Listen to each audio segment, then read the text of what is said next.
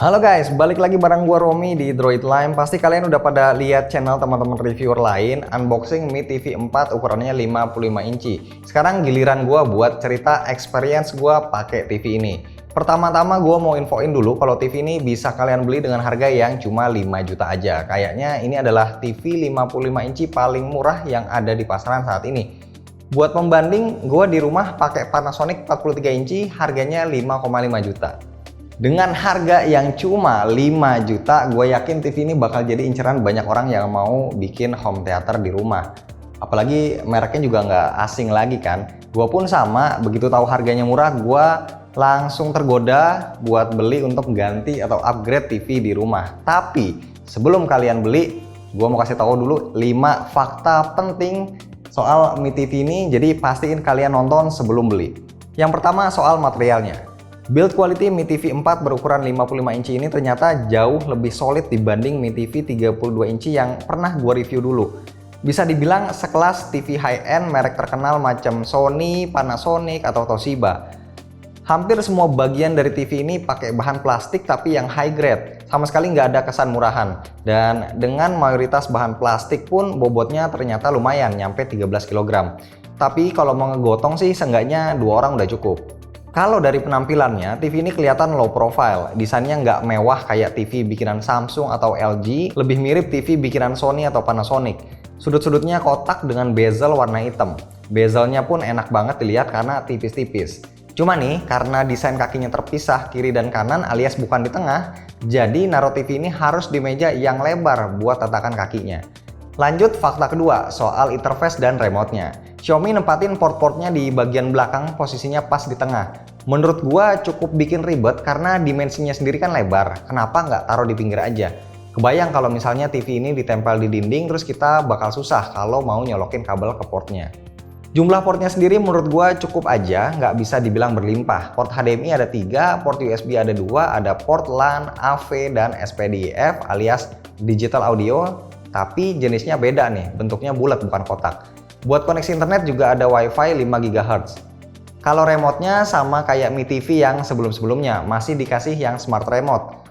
Desainnya simple, tombolnya juga cuma ada 14. Intinya remote ini emang lebih didesain buat streaming, bukan nonton siaran TV biasa, karena nggak ada tombol angkanya. Remote ini pakai 2 baterai A3 yang udah dikasih dalam box TV-nya. Karena remote ini pakai koneksi Bluetooth, otomatis jangkauannya jadi lebih luas. Bahkan kita bisa operasiin TV ini pakai remote dari ruangan yang beda. Dan di bagian atas ini ada mikrofon. Kita tes.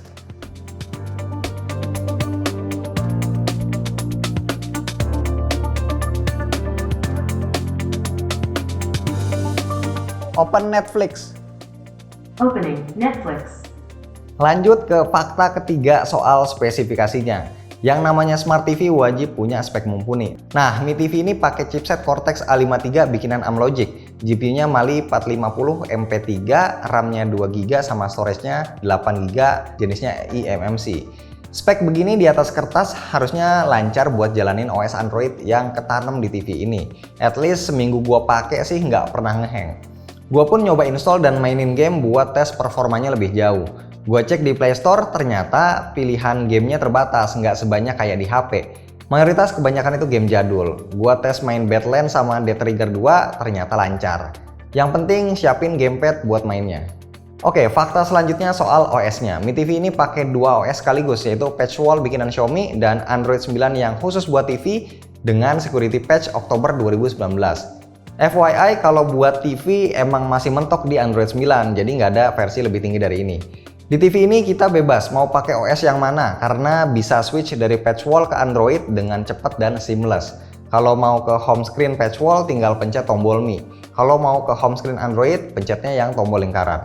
Kalau gue sih lebih sering pakai Patchwall karena emang dirancang buat langsung nampilin konten-konten streaming ya kayak Netflix, YouTube, Amazon Prime Video, terus ada iFlix, ada Catchplay sampai video.com. Nah, sekarang fakta terakhir, yang kelima, gua mau kasih tahu soal kualitas layar dan speakernya. Menurut gua ini jadi poin terpenting dari sebuah TV. Buat TV 55 inci yang harganya cuma 5 jutaan, Mi TV ini ternyata punya resolusi 4K dan support HDR. Sementara refresh rate-nya pastinya masih 60 Hz. Dari pertama kali nyalain TV ini gue udah bisa nebak kalau kualitas layarnya nggak bisa disamain TV merek lain yang harganya lebih mahal. Overall reproduksi warna Mi TV ini agak pucat dan juga black levelnya kurang deep. Gua kasih penilaian begini setelah gua bandingin sama TV Sony 4K HDR 40 inci yang juga ada di kantor yang harganya 8 jutaan. Makanya gua nggak berani protes dan nggak mau ngarep lebih, secara harganya aja udah beda jauh. Tapi kalau soal ketajaman, detail gambar yang disajiin udah mantep. Gue berani jamin resolusi 4K-nya bukan abal-abal. Gue tes main PS4 sama nyetel YouTube 4K emang gurih banget gambarnya.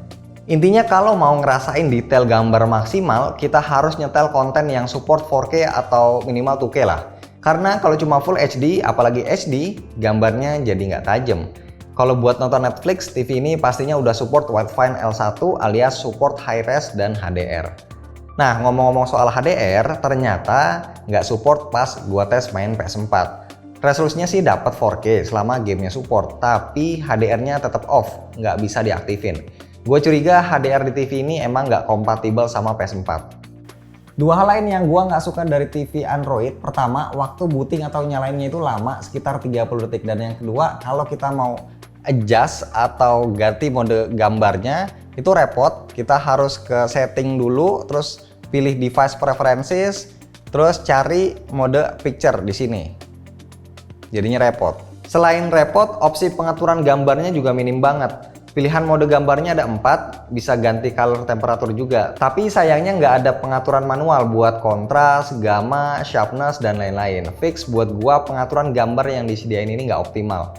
Dan ini berlaku buat mayoritas TV yang pakai OS Android. Terakhir soal speaker. Setupnya stereo, masing-masing 10 watt, grillnya ada di bawah kiri dan kanan dekat kaki penyangganya. Bagus atau enggaknya menurut gua udah memenuhi standar, apalagi kalau inget harganya cuma 5 juta. Kalau mau lebih jos, tinggal pasang speaker tambahan atau soundbar kalau mau lebih ringkes.